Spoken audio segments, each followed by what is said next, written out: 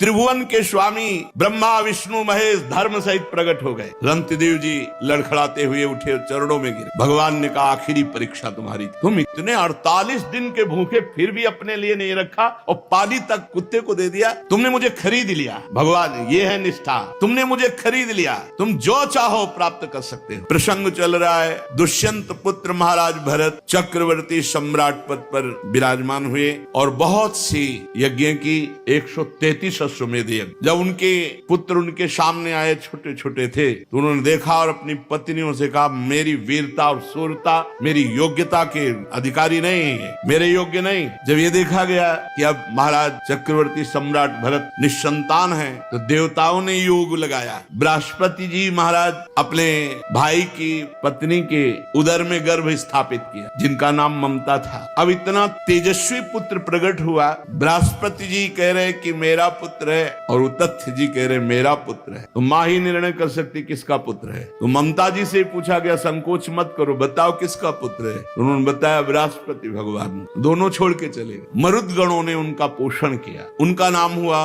भरद्वाज, महान तपोनिधि परम पवित्र। भरद्वाज जी के मन्यु और मन्यु के 5 पुत्र हुए, बृहच्छत्र, जय, महावीर, नर और गर्ग। नर का पुत्र संस्कृति, संस्कृति के 2 पुत्र हुए, गुरु और रंतिदेव। परम पवित्र त्रिभुवन को पावन करने की सामर्थ्य रखने वाले महाराज रंतिदेव। रंतिदेव जी निरंतर भगवान में स्थित रहते और कोई भी आ जाए कुछ भी मांग ले, जो है उनके पास सब कुछ दे देते थे। निरंतर भगवान में भजन, कोई उद्योग ना करना और मांगने वालों को कभी विमुख न जाने देना। धीरे धीरे चक्रवर्ती सम्राट का वैभव क्षीण होता गया। ऐसी स्थिति आ गई कि खाने को नहीं रह गया। उद्योग रहित, निरंतर भजन में स्थित और जो आ जाए मांगे सो दे दे। महाराज रंतिदेव बहुत बड़े दानियों में सर्वश्रेष्ठ, भगवत भक्तों में महान। यहाँ तक कि कई कई दिन भोजन मिलना दुश्वार हो गया। चक्रवर्ती सम्राट रंतिदेव जी पूरा कुटुंब 48 दिन तक बिना भोजन के जीवित रहा। मांगना है नहीं, क्योंकि स्वयं राजा था। मांगने वाला है, वापस जाना नहीं। स्थिति आ गई, उद्योग कुछ करना नहीं, निरंतर भजन में डूबना। 48 दिन तक पूरा परिवार 48 दिन पानी भी नहीं पिया। 49वें दिन प्रातः काल भगवत प्रेरणा से कुछ घी, खीर, हलवा, जल उपस्थित हुआ। 48 दिन के भूखे तो परिवार के लोग देखते ही एकदम, परंतु जो ही वो भोजन का भोग लगा रहे थे, भगवान अतिथि रूप में आ गए। ब्रह्म ऋषि रंतिदेव ने रोक दिया, परिवार बिल्कुल छूना मत, अतिथि भगवान आए। बैठ करके काफी मात्रा में हलवा और जो जो था सब खा के, जल ठंडा पी के, अभी वो जो बचे हुए कुछ कण थे उनको बांट करके प्राण पोषण के लिए पाना ही चाहते थे कि एक दूसरा अतिथि आ गया दरिद्र रूप में, महाराज रंतिदेव। रंतिदेव भगवान के स्मरण किए और वह जो बचा हुआ है दे दो। बचे हुए को अन्न में वो जो अतिथि रूप में आए हुए भगवान थे वो पाले। सोचा कि जो कण गिरे होंगे उनको जबान में रख देंगे, प्रसाद हो जाएगा तो कुछ तो प्राण का। इतने में कुत्ता आ गया, उसने कहा महाराज छूना मत, हमको चाट लेने दो, मैं बहुत दिनों का भूखा हूँ। रंतिदेव ने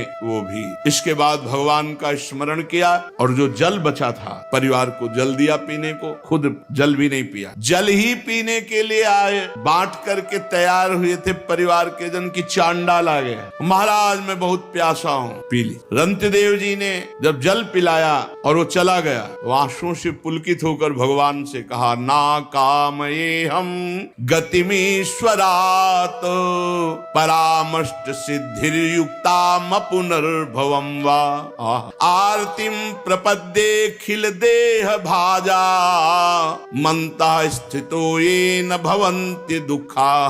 प्रभो मैं आपसे कुछ नहीं चाहता, ना आठों सिद्धियां चाहता हूँ, न परम पद चाहता हूँ, न अपना कल्याण चाहता हूँ। मुझको एक सामर्थ्य दे दो, मेरे विश्व में कोई दुखी न रहे, सबका दुख मेरे ऊपर आ जाए। कोई भूखा न रहे, कोई प्यासा न रहे, कोई दुखी न रहे, सबका दुख मेरे ऊपर आ जाए और सब सुखी हो जाए। महाराज रंतिदेव जी, ये भगवान की भक्त की महिमा। मेरे को इतनी सामर्थ्य दो कि पूरे विश्व ब्रह्मांड का दुख मैं सह सकूं, मैं स्वयं भोगूं और कोई भी दुखी न रह जाए। ये प्राणी दीन हो रहा है, कोई जल पीना चाहता है, कोई भोजन के लिए तड़प रहा है, किसी की शरीर की पीड़ा, कोई रोग से ग्रसित है, कोई शोक से, कोई मोह से। मैं नहीं सुखी होना चाहता, हे भगवान सबका दुख मुझे दे दो, सब सुखी हो जाए। क्या हृदय भक्का। रंतिदेव जी ने भगवान भगवान से जे ही प्रार्थना की तो कुत्ता, चांडाल, भूखा अतिथि और ब्रह्म ऋषि, वो कोई और नहीं थे, स्वयं भगवान ब्रह्मा, शंकर, हरि, धर्म, स्वयं मूर्तिमान त्रिभुवन के स्वामी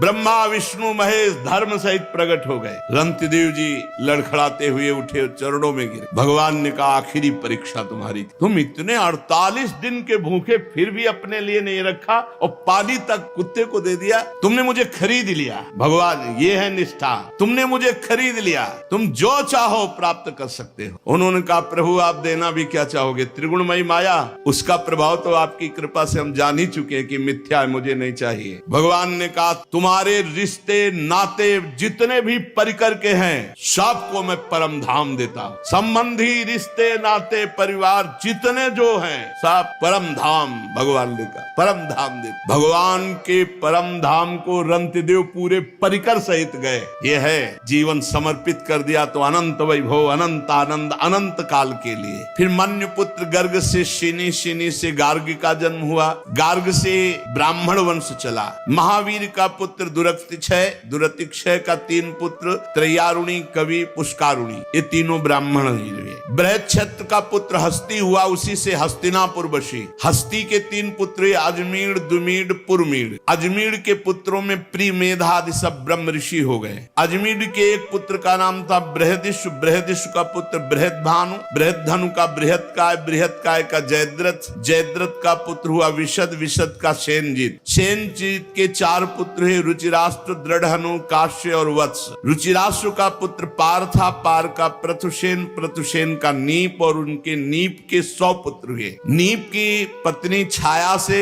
शुक की कन्या कृति से विवाह हुआ, उसी से ब्रह्मदत्त नामक पुत्र हुआ। ये ब्रह्मदत्त बड़ा महायोगी था। उसने अपनी पत्नी के गर्भ से विश्वक्सेन नामक पुत्र उत्पन्न किए। विश्वक्सेन ने जैगी शब्द के उपदेश से योग शास्त्र की रचना की। विश्वसेन का पुत्र उदक्षवान, उदक्षवान का भल्लाद और ये सब बृहदिश के वंशज हुए। द्रुमीड का पुत्र यवीनर, यवीनर का कृतिमान, कृतिमान का सत्यधृत, सत्यधृत का दृढ़नेम, दृढ़नेम का पुत्र सुपार्श, ये सब भगवद वंश के हैं। सुपार्श सुमति, सुमति से सन्निवान, इन्हीं से 6 ऋचाएं संहिताएं प्रकट की हिरण्यनाभ योग विद्या के द्वारा। धर्म्यासु के पुत्र मुदगल से यमज संतान हुई, जिनका नाम दिवोदास और कन्या का नाम अहिल्या।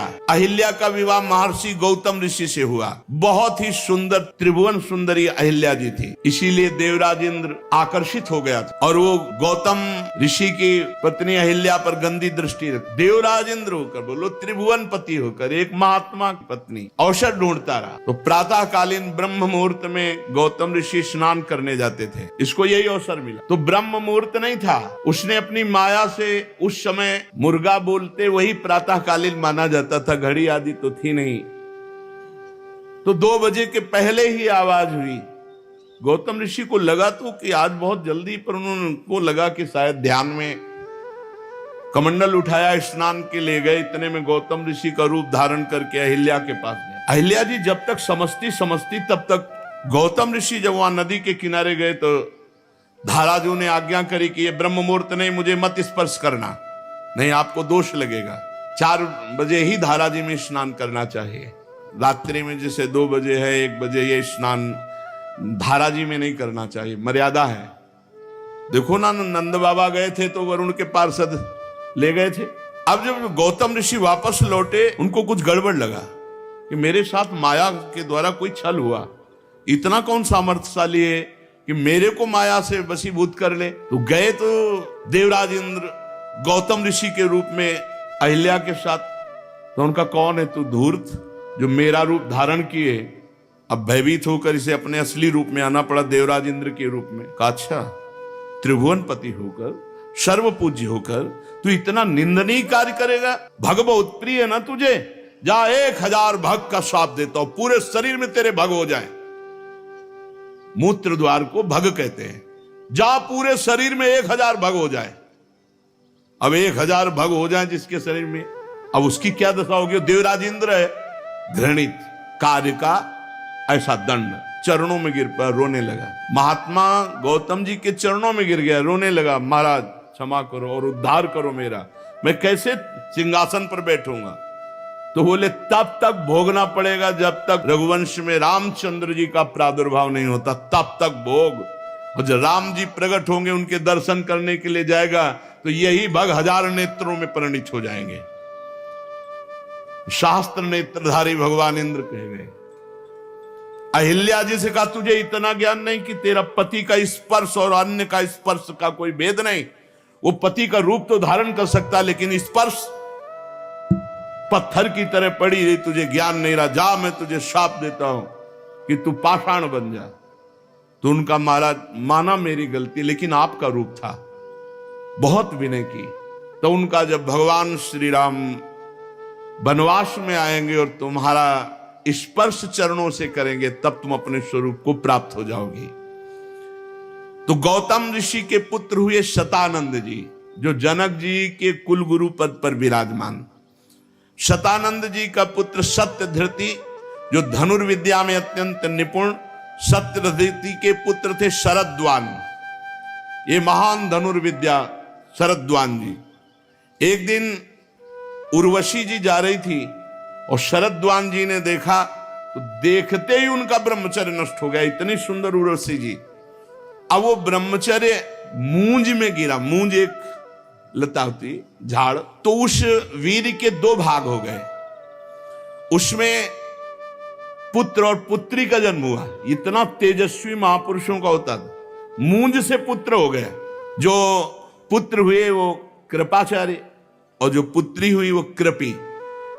महाराज शांतनु एक दिन शिकार खेलने जा रहे थे, तो वहां रोने की आवाज आई, तो देखा तो उन दोनों को दयावश उठा लिया। जो कृपाचार्य थे वो सदैव आचार्य पद पर विराजमान रहे, और जो कन्या थी वो द्रोणाचार्य जी की पत्नी बनी। दिव्यदास का पुत्र था मित्रेय। मृत्यु के 4 पुत्र हुए, च्यवन, सुदास, सहदेव, सोमक। सोमक के 100 पुत्र हुए, इनमें सबसे बड़ा जंतु उनसे प्रशत। प्रशत के पुत्र हुए महाराज द्रुपद। ये पांचाल नरेश महाराज द्रुपद, इन्होंने ही यज्ञ के द्वारा, यज्ञ करते समय उन्होंने इच्छा की, तो अग्निकुंड से भगवान अग्निदेव ने द्रौपदी जी को प्रकट, ये देवी है। और धृष्टद्युम्न पैदा हुआ, जो कवच कुंडल सहित, अस्त्र शस्त्र सहित द्रोणाचार्य का गला काटने में समर्थ। धृष्टद्युम्न का धर्म्याश्व और नरपति, ये सब पांचाल कहलाए। अजमेर का पुत्र ऋक्ष और उसके पुत्र शंबरण। शंबरण का विवाह सूर्य की कन्या तप्ती से हुआ। उन्हीं के गर्भ से कुरुक्षेत्र के स्वामी कुरु का जन्म हुआ। कुरु के 4 पुत्र हुए, परीक्षित, सुधन्वा, जन्नु, निषधाश्व। सुधन्वा से सुहोत्र, सुहोत्र से च्यवन, च्यवन से कृति, कृति से उपरिचर वसु और उपरिचर वसु से बृहद्दत्त। ये उपरिचर वसु बड़े ही महान भागवत थे। ये अपने तपोबल से ब्रह्मलोक प्राप्त किया और ब्रह्मलोक में बैठे हुए थे। वहां देवी गंगा पधारी। उपरिचर वसु की एकदम दृष्टि गई, सब सर झुकाकर खड़े हो गए, लेकिन ये गंगा जी की तरफ देखते रहे और गंगा जी भी उपरिचर वसु की तरफ देखती रही। ब्रह्मा जी ने कहा, ब्रह्मलोक की मर्यादा के विरुद्ध तुमने दृष्टि डाली, इसलिए तुम दोनों मृत्यु लोक को प्राप्त हो, और तुम्हारी परस्पर आसक्ति देखी गई, इसलिए तुम पति पत्नी के रूप में प्राप्त हो। उपरिचर वसु हुई, महाराज शांतनु के रूप में प्रकट हुए और गंगा जी ने उनको पति रूप में प्राप्त किया। बृहद्दत्त कुशाम्ब मत्स्य प्रत्यग्र चेदीप और चेदी देश के राजा हुए। बृहद्दत्त का पुत्र कुशाग्र, कुशाग्र का ऋषभ, ऋषभ का सत्यहित, सत्यहित का पुष्पवान, पुष्पवान के जहु नामक पुत्र हुआ। और बृहद्रथ की एक पत्नी से एक टुकड़ा और दूसरी पत्नी से 2 टुकड़ा ऐसे प्रकट हुए। अब बृहद्रथ ने देखा कि तो अलग अलग टुकड़े 2 रानियों से बेकार, तो किसी वृक्ष के नीचे गड़वा दिया। जरा नाम की एक राक्षसी घूम रही थी, उसको गंध आई मांस की, तो खाने के उद्देश्य से उसको वहीं 2 अलग अलग टुकड़े थे ऐसे उठाया और बहुत प्रसन्न होगा, जियो जियो जियो जियो। वो जी गया और रोने लगा। तो उसने सोचा कि जिंदा क्या खाना, ये बालक अगर हमारे महाराज बृहदस्यु को प्राप्त हो तो बड़ी राक्षसी चमत्कारिणी थी, वो गई और कहा महाराज की जय हो, हमें 2 टुकड़े मिले, उनको जोड़ा तो पुत्र बन गया। बोले मेरे ही रानी के टुकड़े थे, मैंने ही गड़वाए थे, वो तो मेरा ही पुत्र है। तो जरा राक्षसी के द्वारा जोड़ने के कारण उसका नाम जरासंध हुआ। इसीलिए भीम खूब पटकते रहे लेकिन मरा नहीं। भगवान ने जब ऐसे फड़वा करके उल्टा फेंकवाया तभी जरासंध का सहदेव, सहदेव का सोमपि, सोमपि का श्रुतश्रवा, कुरु के ज्येष्ठ पुत्र कोई संतान उनके नहीं हुई। जन्नू का पुत्र सुरत, सुरत का विदुरत, विदुरत का सार्वभौम, सार्वभौम का जयसेन, जयसेन का राधिका, राधिका का पुत्र अयुत, अयुत का क्रोधन, क्रोधन का देवातिथि, देवातिथि का ऋष्य, और ऋष्य का दिलीप, और दिलीप के महाराज प्रतीप, और प्रतीप के 3 पुत्र हुए, देवापि, शांतनु, बाल्मीक। देवापि तो अवधूत महापुरुष थे। जेवी राजपाट का वैभव देखा, उनका ऐसा मायाकृत है, और एकांतवास करते हुए निरंतर भगवान का स्मरण करके परम पद को प्राप्त हुए। राज्य पद पर महाराज शांतनु विराजमान हुए। ये महा पराक्रमी, महान तेजस्वी, छू ले तो बूढ़े से जवान हो जाए, छू दे तो बूढ़ा जवान हो जाए। यम यम कराभ्याम स्पृशति जीर्णम यौवन में तिस।